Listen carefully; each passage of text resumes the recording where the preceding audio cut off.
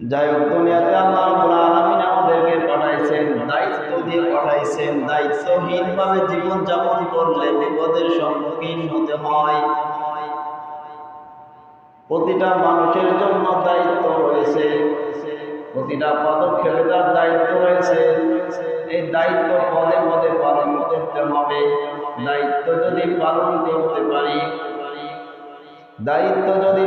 করতে পারি, তাহলে আল্লাহ রাব্বুল আলামিনের সন্তুষ্টি অর্জন করা সম্ভব।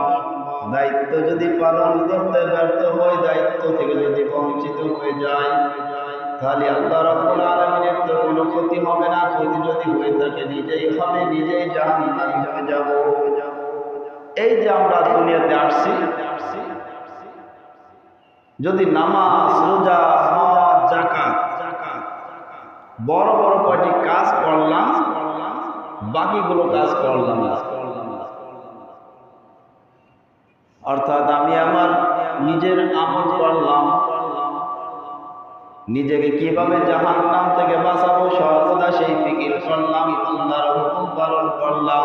আজান হলে মসজিদে চলে যাব, সময় রমজান মাসে রমজানের রোজা রাখবো, যাকাতের সময় হলে যাকাত দেব, হজের সময় হজ পালন করব। আমি আমার জাহান্নাম থেকে বাঁচানোর জন্য, নিজেকে জাহান্নাম থেকে বাঁচানোর জন্য আল্লাহর হুকুম পদে পদে পালন করি। শুধু নিজের আমল করি, এটার মধ্যেও কিন্তু নয়, শেষ নয়। শুধু নামাজ, রোজা, হজ, যাকাত, মিথ্যা না বলা, জুলুম না করা, দায়িত্ব পদে পদে মুসলমানের প্রতিটা পদক্ষেপে আল্লাহ রাব্বুল আলামিনের হুকুম পালন করতে হবে।